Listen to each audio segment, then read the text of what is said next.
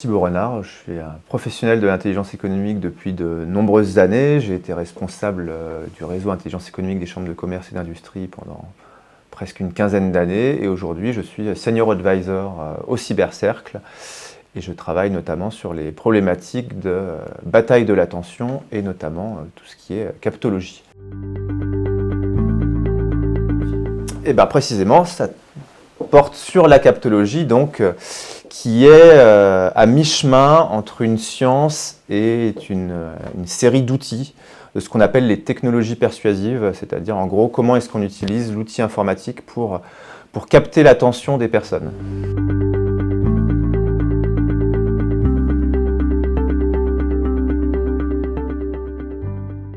Alors honnêtement, j'avais un petit peu peur quand j'ai fait la recherche justement juste avec le mot captologie. Alors c'est le mot captologie en français, hein, pas le mot en anglais. Donc c'était aussi intéressant de voir si le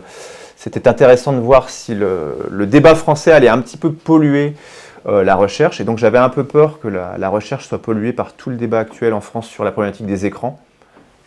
Parce que le débat français se focalise beaucoup sur l'addiction aux écrans. Et en fait, non, la cartographie n'a pas fait ressortir ça. Elle a bien fait ressortir les différents acteurs, donc les GAFA par exemple. Elle a fait ressortir certaines figures françaises sur la question, dont Bruno Patino. Donc ça, c'était très intéressant. Plus que d'autres penseurs sur l'économie de l'attention, par exemple en France, comme Yves Guitton. Donc ça, c'est très intéressant parce qu'on voit que l'outil a bien su identifier ceux qui parlaient spécifiquement de la captologie et pas plus globalement de l'économie de l'attention. Et donc on voit les acteurs économiques, donc les GAFA, et on voit donc la teneur du débat. Alors peut-être que tout à l'heure on approfondira un petit peu la cartographie, et on voit aussi les différents penseurs entre guillemets de cette discipline. Alors est-ce qu'on peut appeler ça une science? On va dire plutôt une discipline des computer science. Voilà.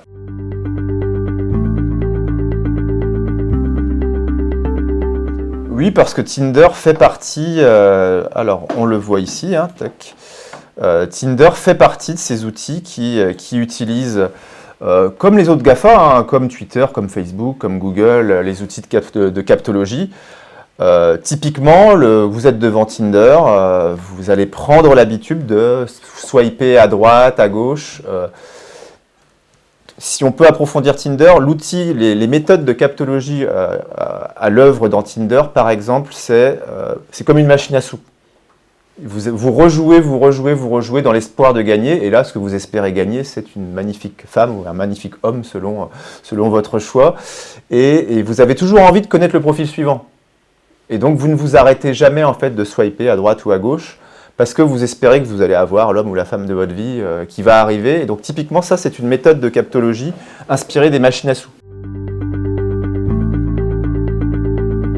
Ça veut dire vous faites aller votre doigt vers la gauche si vous n'aimez pas la personne, et vous le faites aller vers la droite si vous la choisissez. Et si deux personnes se choisissent, se swipe vers la droite, ça fait un match.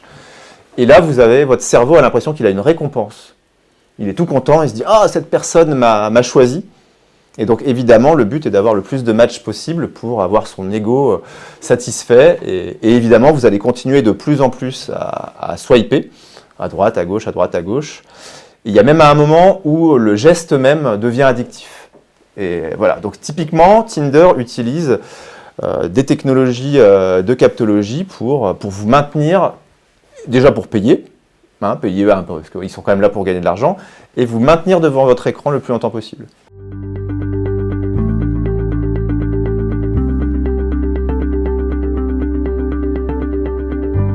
Alors exactement, alors ce qui est intéressant, c'est que quand on regarde, donc je vais le retrouver, voilà, il est là. Vous voyez, alors ce qui est intéressant, vous allez tout là-bas, et donc vous voyez ici, entre guillemets, les différents penseurs, et tout de suite apparaît, pour tous ceux qui connaissent la captologie, c'est le fondateur de la captologie, hein, B.J. Fogg, mais ce qui est intéressant, c'est ce qui apparaît autour, et ce qui apparaît autour déjà, c'est ça, c'est son laboratoire, le Persuasive Technology Lab, et l'université de Stanford où ce laboratoire se situe.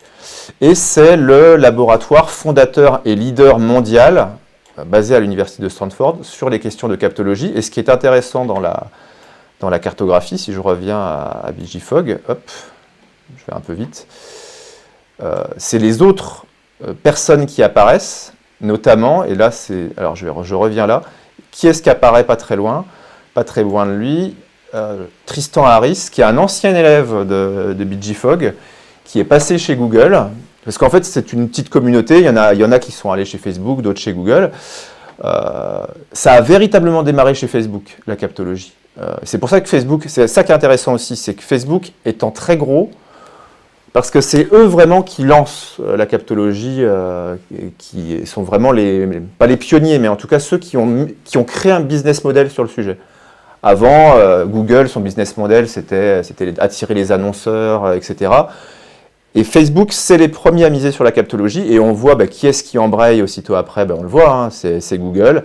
Ce qui est intéressant, c'est qu'il n'y a pas que les GAFAM, il n'y a pas que du Google, du Facebook, du Apple, du Microsoft.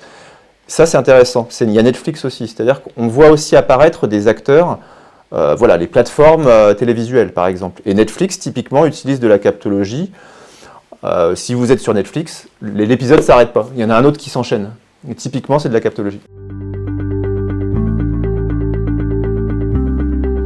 Alors oui, Cambridge Analytica, c'est le premier grand scandale qui implique la captologie, c'est-à-dire qu'ils ont récupéré de manière quand même plus ou moins... Alors ils ont récupéré de manière, vous voyez le lien entre Facebook et Cambridge Analytica, ils ont récupéré de manière pas très légale les données personnelles de personnes sur Facebook, et ensuite ils leur ont envoyé des publicités, on va plutôt dire des fake news, ciblées. Et donc ils ont manipulé notamment l'élection américaine. Et c'est une des causes, en fait, c'est pas la seule, mais c'est une des causes de la victoire de Trump en 2016. Donc, et c'est intéressant, à nouveau, la cartographie fait apparaître... Alors, Cambridge Analytica n'existe plus, donc on se doute que la cartographie le fait apparaître du fait du scandale qui a eu lieu, mais on voit donc le lien Cambridge Analytica et Facebook, puisque Facebook a eu une amende monstrueuse, parce qu'évidemment, c'était pas légal de donner les données personnelles des gens à une société pour ensuite manipuler les élections.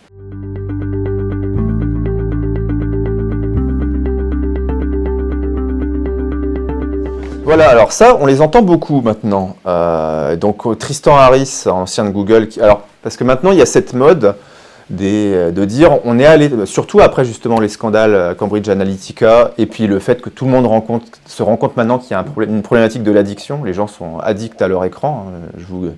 Promenez-vous dans la rue ou regardez les gens au restaurant, quand la belle époque où les restaurants étaient ouverts, vous voyez des gens qui étaient sur leur smartphone l'un en face de l'autre. Donc il y a une vraie prise de conscience de l'addiction aux écrans, et que les choses sont allées trop loin, et donc il y a un mouvement, entre guillemets, de l'éthique de l'attention, avec tout un tas de repentis, dont Tristan Harris, ancien de Google, dont donc Chamath Palihapitiya, ancien de Facebook. Voilà, donc en gros, il y a cette mode des anciens des GAFA qui aujourd'hui font acte de contrition en disant que c'est pas bien, mais en même temps, ils vont continuer à en faire quand même, mais avec de l'éthique. Et ce qui est assez rigolo, c'est que quand vous allez sur le site du laboratoire donc, de Stanford, de BGFog, vous voyez toute une rubrique sur oui, nous faisons de l'éthique du design de l'attention, etc., etc. Donc, on voit aussi que c'est une composante du débat, la dimension éthique. On ne capte pas l'attention à tout prix. Maintenant, est-ce que c'est plutôt du vernis Voilà, ça on peut en débattre.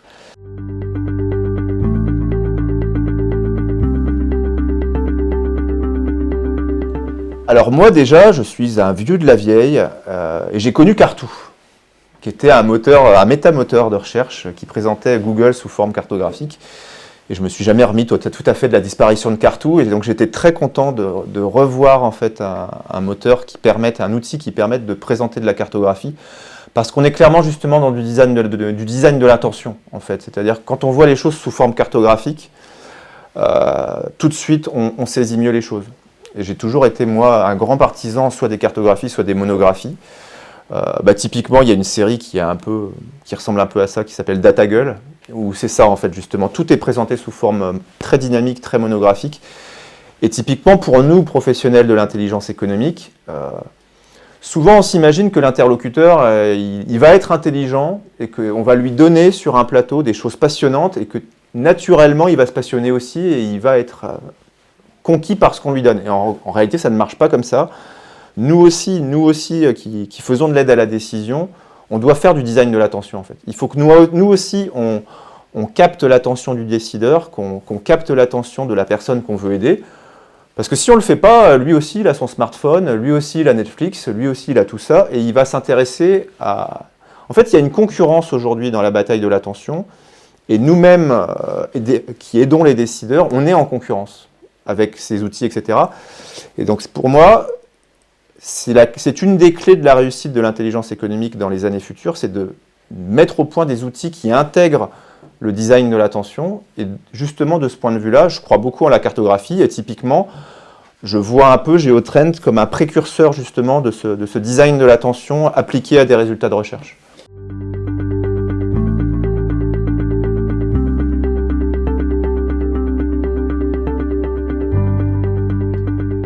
Alors, je pense que non, que le grand public va plutôt être dans une situation un peu comme... je pense qu'en fait, ce qui va se passer, c'est que ça va véritablement être traité comme une addiction et qu'il va y avoir des mesures, entre guillemets, coercitives, c'est-à-dire qu'il va y avoir une partie du grand public qui va se mettre à traiter les écrans comme on traite le tabac. C'est-à-dire qu'il y a 15 ans, ça posait un problème absolument à personne que les gens fument à table, au restaurant, etc. Et maintenant, si vous fumez dans un restaurant, vous allez vous faire jeter dehors. Je pense que ça va être pareil, c'est-à-dire qu'il va y avoir des espèces de zones sans écran qui vont se créer. Soit elles seront imposées, hein, comme à l'école aujourd'hui, voilà, vos enfants, ils n'ont pas le droit d'utiliser leur smartphone en classe. Et je pense que c'est ça qui va se développer, c'est qu'il va se développer des zones sans écran et qu'il va y avoir un moment où les gens vont vraiment dire à leur interlocuteur non mais arrête quoi, voilà, on est dans une zone sans écran, vire-moi ta tablette, vire-moi ton smartphone. On crèvera tous d'envie d'allumer notre smartphone et de regarder ce qui se passe, mais je pense que c'est quelque chose d'assez similaire au tabac qui va se passer.